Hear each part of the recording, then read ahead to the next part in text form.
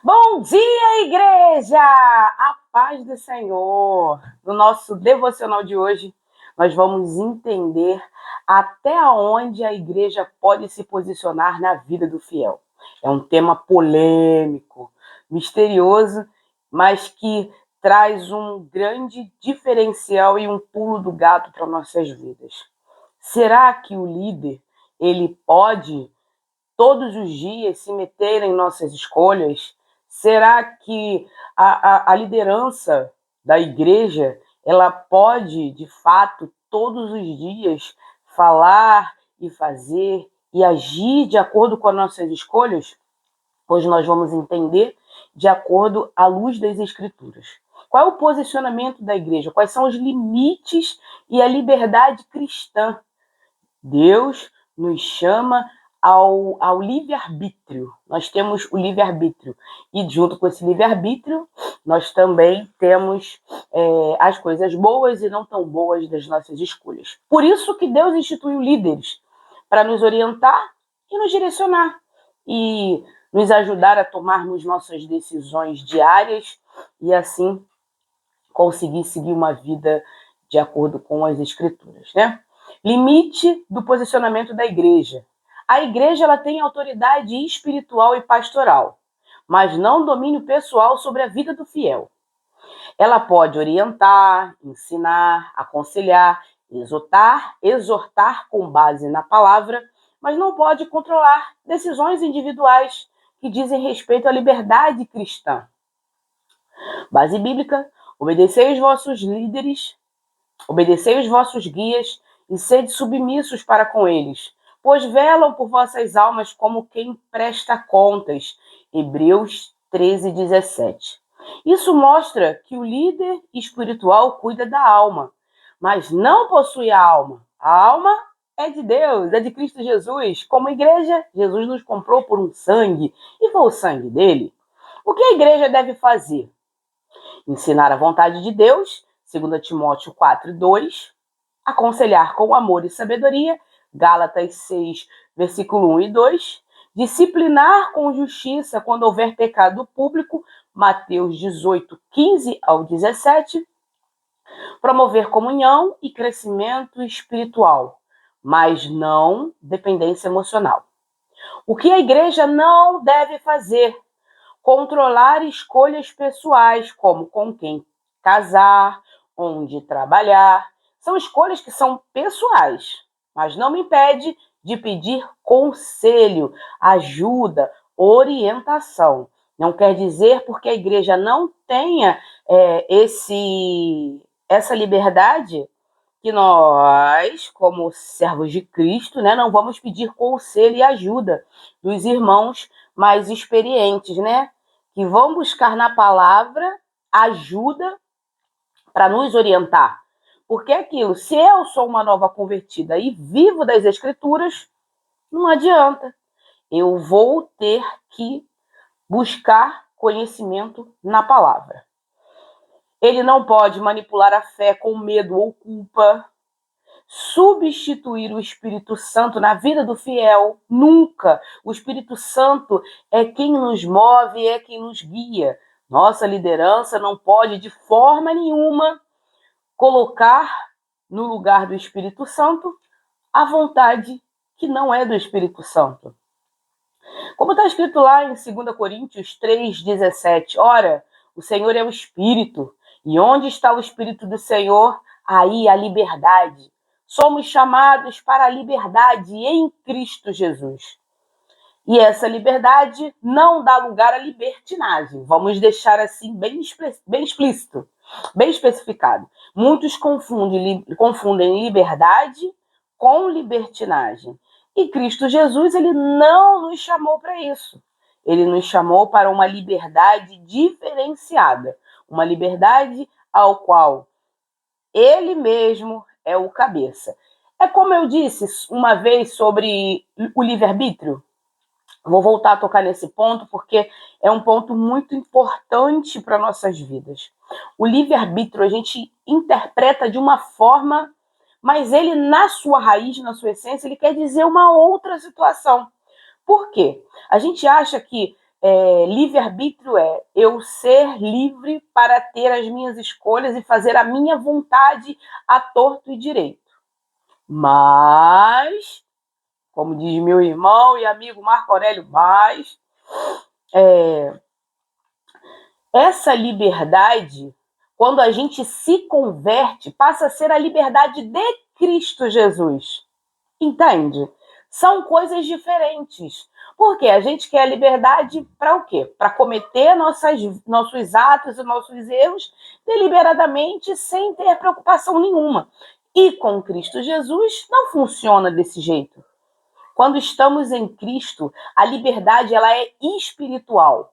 Nós, antes de conhecermos a Cristo, éramos presos pelo pecado. Sim, éramos presos pelo pecado. Cometíamos pecado deliberadamente. Se eu roubava, roubava sem pensar. Se eu matava, matava sem pensar. Se eu me prostituía sem pensar. Então, você se torna um ser racional. Um crente, quando ele se converte, ele se torna alguém racional. Ele passa a entender que suas ações e suas atitudes não são mais as que você tomava antes, mas sim atitudes condizentes com a vontade de Deus. E é isso, e ponto final. A liberdade sem uma consciência gera uma irracionalidade consciente. Porque pecamos tendo a noção e a certeza do pecado. Quando a gente se converte, escolhemos, optamos por não fazer tais pecados em nome de Jesus. Se eu antes roubava, eu não roubo mais. Se eu antes matava, eu não mato mais. E assim sucessivamente. A mudança ela vem de dentro para fora. Cristo Jesus nos molda e nos muda de dentro para fora. Vamos lá, para a gente iniciar nossa leitura bíblica? Primeiro, vamos ler Gálatas 5, o versículo... Gálatas 5, o versículo é o 13. Mas tudo o que é exposto pela luz torna-se visível, pois a luz torna visíveis todas as coisas. Fomos chamados para andar na luz.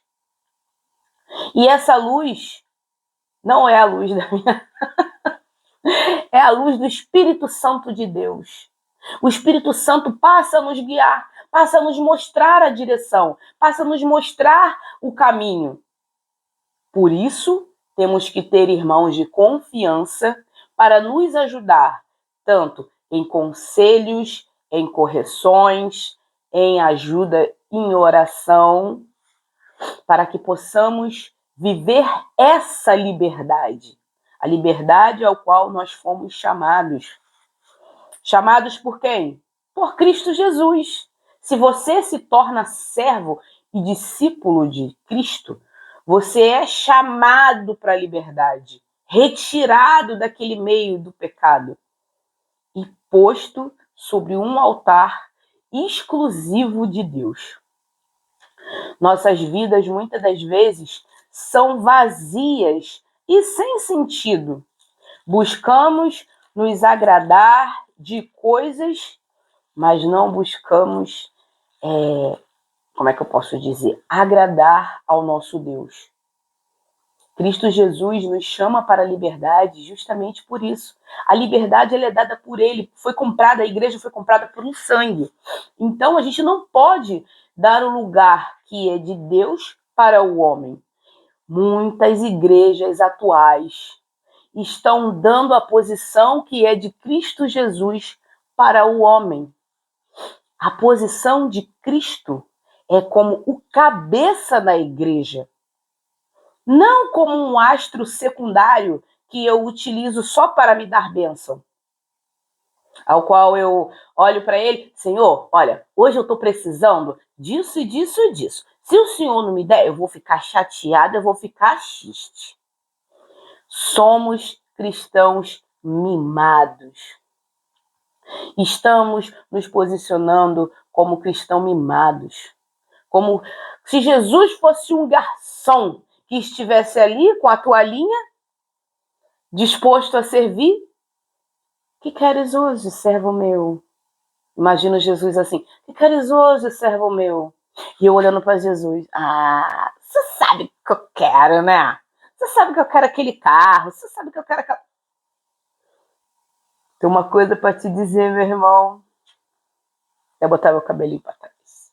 Tem uma coisa para te dizer, meu irmão. Jesus não é teu garçom.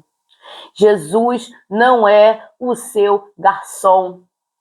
Nós é que fomos chamados para sermos servos de Cristo Jesus. E não Cristo Jesus, o nosso servo. Lá no Evangelho, quando João e Tiago chegam para Jesus e dizem para ele, Senhor, quero eu sentar-me à sua direita. Podemos nós sentarmos à sua direita quando for o seu rei? E Jesus responde para eles, sentar-se à minha direita ou à minha esquerda não depende de mim. Vocês vão beber o cálice ao qual eu vou beber. Mas o assentar-se à minha direita ou à minha esquerda compete ao Pai, a Deus, e só. Mas nós, como servos e discípulos, que fomos chamados para a liberdade, nós temos um único cabeça. A igreja tem um único cabeça, que é Cristo Jesus. E não é o pastorzinho lá na sua igreja, que você acha que é cheio de unção, cheio do Espírito Santo, mas é pecador igual a você. Tá entendendo? Mas não quer dizer que a autoridade que foi dada para ele tem autoridade, não total autoridade. Entende? A autoridade não é totalidade. São coisas completamente diferentes. Cristo Jesus nos chama para ser libertos. Temos, sim, líderes para nos ajudar, nos orientar, mas não para nos controlar, porque quem nos controla é Deus e o Espírito Santo. E a nossa consciência. Quando você peca, quando você comete aquele pecadinho de estimação que você fica ali no potinho ali, ó, cuidando dele ali, ó, igual uma criancinha, igual um nenenzinho, cuidando do seu pecado de estimação. Quando você peca, você se sente totalmente envergonhado. Eu, pelo menos, quando eu cometo algum erro com Deus, saio de baixo, porque o arrependimento vem de cavalo branco. Vem de cavalo branco. Nós temos a consciência e o Espírito Santo que nos mostram a direção. E temos os irmãos para nos aconselhar. Hebreus 13, 17. Hebreus, capítulo 13, versículo 17.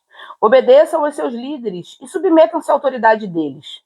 Eles cuidam de vocês como quem deve prestar contas. Obedeçam-lhes para que o trabalho deles seja alegria e não peso. Por isso, não seria proveitoso para vocês. Já fui muito corrigida dentro da igreja. Eu tenho esse meu jeito assim, meio doido, né, de ser, de falar, de agir. Então, agradeço a Deus, as pessoas que Ele colocou no meu caminho que me corrigiram. Me corrigiram em amor, porque o verdadeiro líder, ele corrige em amor. Ele não corrige apontando, você está errada, você é isso, você é aquilo. Não. O verdadeiro líder, ele te aponta, ele aponta para as Escrituras. Ele aponta dizendo o que é o certo e o que é errado. E assim a gente consegue ter um direcionamento em nossas vidas. Porque não é que os líderes, os nossos irmãos em Cristo, não só líder, né? Vamos dizer irmão como um corpo geral, que todos somos irmãos, né? Independente de ser líder ou não, todos somos irmãos. Eu, graças a Deus, tive pessoas no meu caminho que me ajudaram e que hoje ainda me ajudam. Eu peço conselho a esses irmãos. E outros que hoje chegam na minha vida e que me ajudam e me auxiliam no dia de hoje também. Se eu for sentar aqui para enumerar todos os irmãos que eu tenho, que me ajudam e que me ajudaram, tanto na minha caminhada cristã, tanto nas minhas escolhas, de eu pedir ajuda. É diferente, você pedir ajuda é diferente do líder chegar e te orientar de uma forma que você talvez não vá seguir e que não esteja nas escrituras.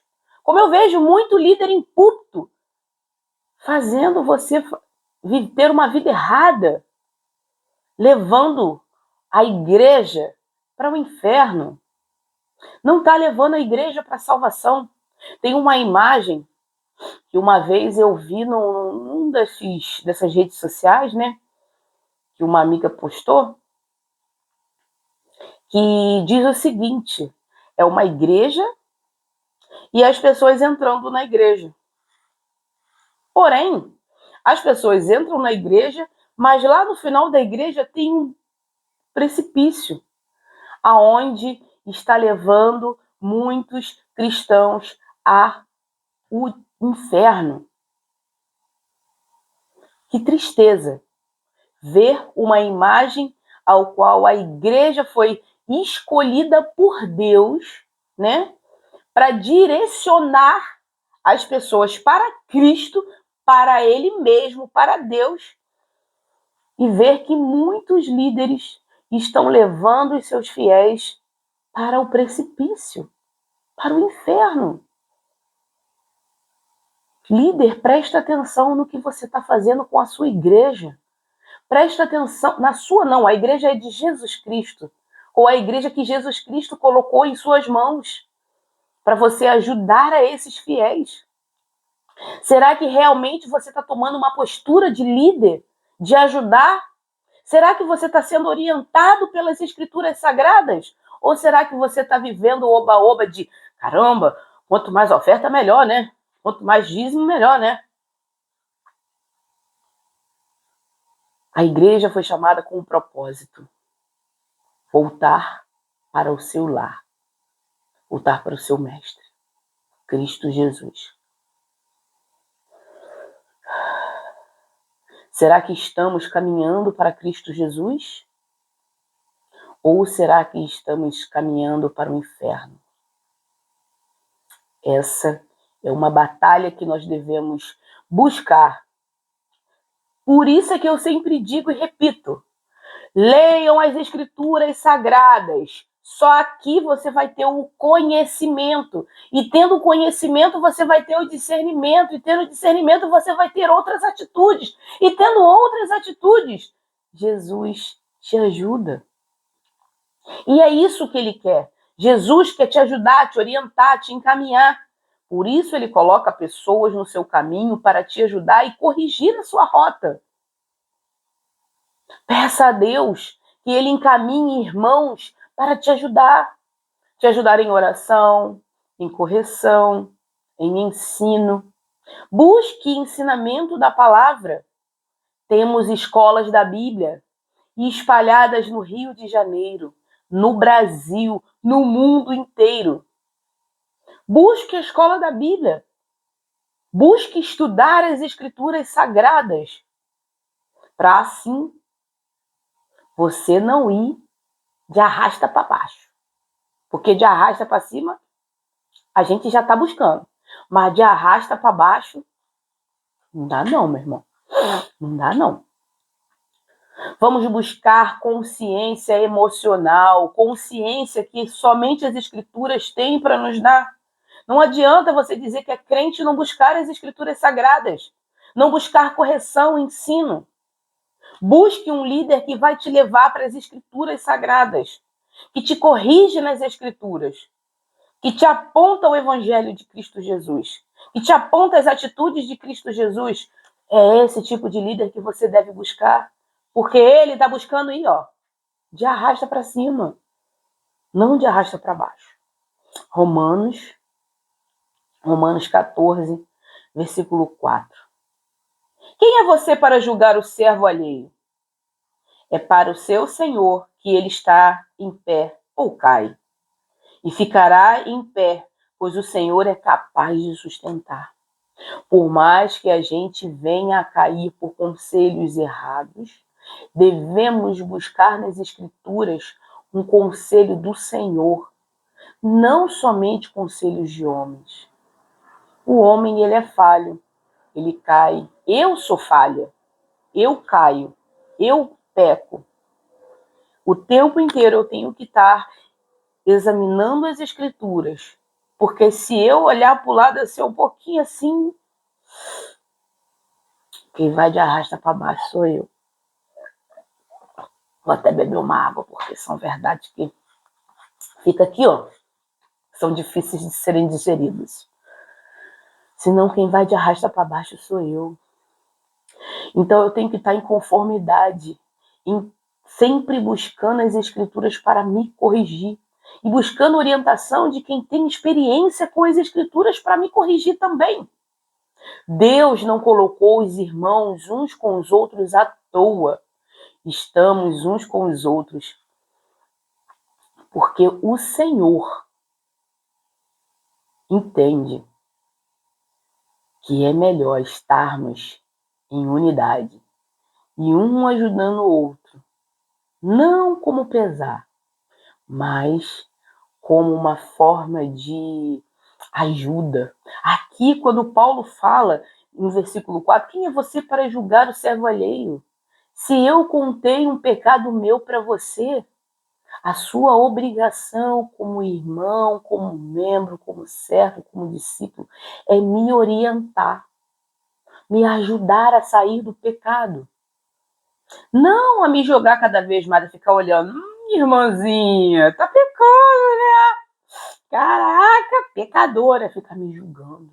O seu papel não é me julgar, mas me ajudar em oração, em mudança de vida, em mudança de estratégia, em sabedoria, me dando aquilo que o Senhor tem para me dar, que são as Sagradas Escrituras. Por isso, nós devemos estar de comum acordo com a leitura, porque aí vamos saber se aquele irmãozinho realmente está, de fato, nos auxiliando de acordo com as Escrituras. Por isso que devemos estar em constante busca das Escrituras Sagradas. Não como um peso, mas sim como um prazer. O cristão, ele tem que ter prazer na leitura das Escrituras Sagradas. Tem que ter alegria, tem que ter paixão. Porque se você se propôs a ser crente, é porque você está vendo algo na sua vida que não está muito legal. Já começo nesse ponto. E se você está vendo algo na sua vida que precisa ser mudado e você não toma uma atitude para mudar de acordo com as Escrituras Sagradas, é como eu disse ontem. O problema não está no outro. O problema está aqui, ó, entre a Bíblia Sagrada e quem está sentado na cadeira. É sobre isso. Vamos lá em João 8:32. E conhecerão a verdade, e a verdade os libertará. É sobre isso. O crente que está em comum acordo com as Escrituras Sagradas, ele vai ficar satisfeito com as correções que vai receber do seu líder, com as orientações que ele vai receber do seu líder. Não vai ver isso como um peso, como uma coisa ruim. Aquelas pessoas que verdadeiramente querem mudar. Porque é aquilo. Existe o crente que quer mudar e existe o crente que quer só viver no oba-oba. É uma escolha sua. A verdade, ela está aqui, revelada. Se você não pega, não lê, não estuda, não senta, não faz um devocional, não faz um estudo, não faz nada, como eu disse, o problema está aqui, ó, entre a cadeira e a minha Bíblia. Ficar com a Bíblia aberta lá no Salmo, para eu passar e falar, estou protegido. Estou protegido. Ou no Salmo 91. Nossa, Salmo forte. Você já leu o Salmo 91? Você já leu o Salmo 23? Você pratica ele? Porque não é só ler, é prática, é vida, é vivência. A palavra de Deus, ela é para ser vivida. não para ser lida somente, mas sim para ser praticada. A prática da leitura, a prática de colocar em prática aquilo que você leu. Por isso que João 8,32 fala: e conhecerão a verdade os libertará. Quem conhece as escrituras sagradas é uma pessoa que se torna liberto. Liberdade. Jesus nos chamou para a liberdade. A verdade nos liberta. Liberta de quê? Dos nossos pecados, das nossas falhas. Ou seja, quando um servo, irmão, irmã, líder, vier conversar com você, ou ele tem que estar em conformidade com as Sagradas Escrituras. Como diz lá em 2 Timóteo 3,16, toda a Escritura é inspirada por Deus e útil para o ensino, para a repreensão, para a correção, para a instrução na justiça. 2 Timóteo 3,16 fala que a palavra, a Escritura, ela serve para o ensino, repreensão, correção, para a instrução na justiça. A justiça é de Deus. Explicação para esse versículo. Toda palavra contida na Bíblia, desde Gênesis até Apocalipse, tem um propósito. Ela foi inspirada por Deus e serve para ensinar o que é certo, repreender o errado, corrigir as atitudes e pensamentos, instruir sobre como viver de forma justa e agradável a Deus. A palavra não é apenas um livro de histórias, mas um manual de vida, capaz de transformar coração e mente de quem lê e pratica. Ou seja, se eu vou ser corrigida por um líder, por um irmão, ele tem que me corrigir de acordo com as Escrituras. Não adianta. Os irmãos que vieram sempre falar comigo, me corrigir, me orientaram baseado nas Escrituras Sagradas. Hoje eu sou uma pessoa transformada porque eu tive alguém que me ajudou a me transformar, me direcionando. Olha, Natália, por esse caminho aqui. E eu examinava nas Escrituras para ver se aquilo que o irmão estava falando realmente era o que a palavra dizia para eu fazer, para eu recalcular a minha rota. É como um GPS. Os irmãos e as Escrituras funcionam como um GPS, que fala assim, ó, a 300 metros, vire à direita. A 600 metros, vire à esquerda. A 400 metros, dê uma leve curva. As Escrituras Sagradas funcionam como um Waze espiritual. E os irmãos que têm um ensino, que têm uma experiência maior com as Escrituras, eles vão utilizar esse Waze para nos direcionar. Como diz lá em 2 Timóteo, capítulo 3, versículo 16. A palavra ela não é apenas uma história, mas ela é um manual para nossas vidas. Ela é capaz de transformar e nos corrigir, nos direcionar e recalcular a nossa rota. Claro, se assim nos permitirmos. A igreja tem o papel de ensinar, orientar, mas não de controlar. A liderança espiritual deve guiar com amor e não impor com dureza.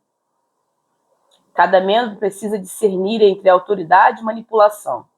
A verdadeira submissão vem do conhecimento. Quem detém o conhecimento se coloca em submissão, não ao irmãozinho, mas às Sagradas Escrituras, porque esse irmãozinho vai nos doutrinar de acordo com as Escrituras. Uma boa aplicação para nossas vidas. A igreja ela deve ser um farol, não uma coleira. Ela guia, mas quem conduz a caminhada é o Espírito Santo que habita em cada crente. O fiel precisa aprender a ouvir conselhos, mas também discernir e decidir conforme a vontade de Deus. A igreja pode e deve se posicionar na vida do fiel como uma voz de direção.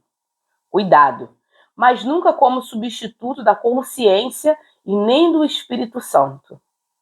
O equilíbrio entre autoridade espiritual e liberdade cristã é essencial para que a igreja cumpra o seu papel sem ferir a individualidade do crente. Em amor e confiança em Cristo Jesus. Amém? Vamos orar? Paizinho amado e querido Deus, graças te damos por mais um dia que se chama hoje, Senhor. Obrigada, Pai, pelo teu amor, pela tua misericórdia, por tudo que o Senhor representa em nossas vidas. Pai, hoje nós tivemos consciência de que o Senhor nos chamou para a liberdade. A liberdade em Cristo Jesus. Não a liberdade que o mundo dá, uma liberdade sem direcionamento. O Senhor nos dirige e nos mostra. O ex espiritual, chamado Bíblia Sagrada, é o nosso manual para a sobrevivência nesse mundo. Pai, muito obrigada por ter deixado toda a Escritura para o ensino, correção, repreensão e direcionamento para nossas vidas. Muito obrigada, Senhor. Sou grata porque sem a sua palavra eu não teria condições de ter uma vida diferenciada, como eu tenho hoje. E eu te agradeço, Pai, a cada irmão que o Senhor colocou no meu caminho para direcionar a minha vida, para me ajudar a recalcular a minha rota, não modificar quem eu sou, mas recalcular a minha rota. Porque para eu estar de acordo com a sua conformidade das suas escrituras.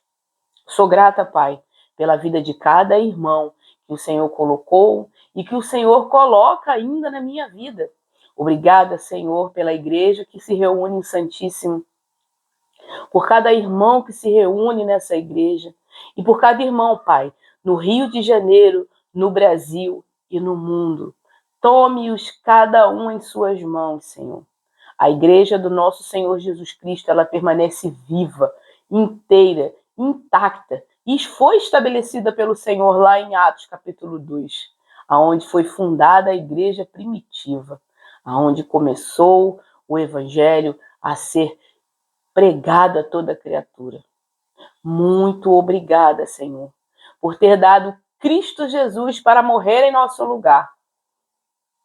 A cruz tem o meu tamanho, tem o meu formato, e eu não aguentaria. Confesso ao Senhor que não aguentaria a cruz. Mas te agradeço, Pai, porque o Senhor doou o seu único Filho para que nós possamos ter vida e vida eterna. Te agradeço, Pai, e oro hoje em nome de Jesus. Amém.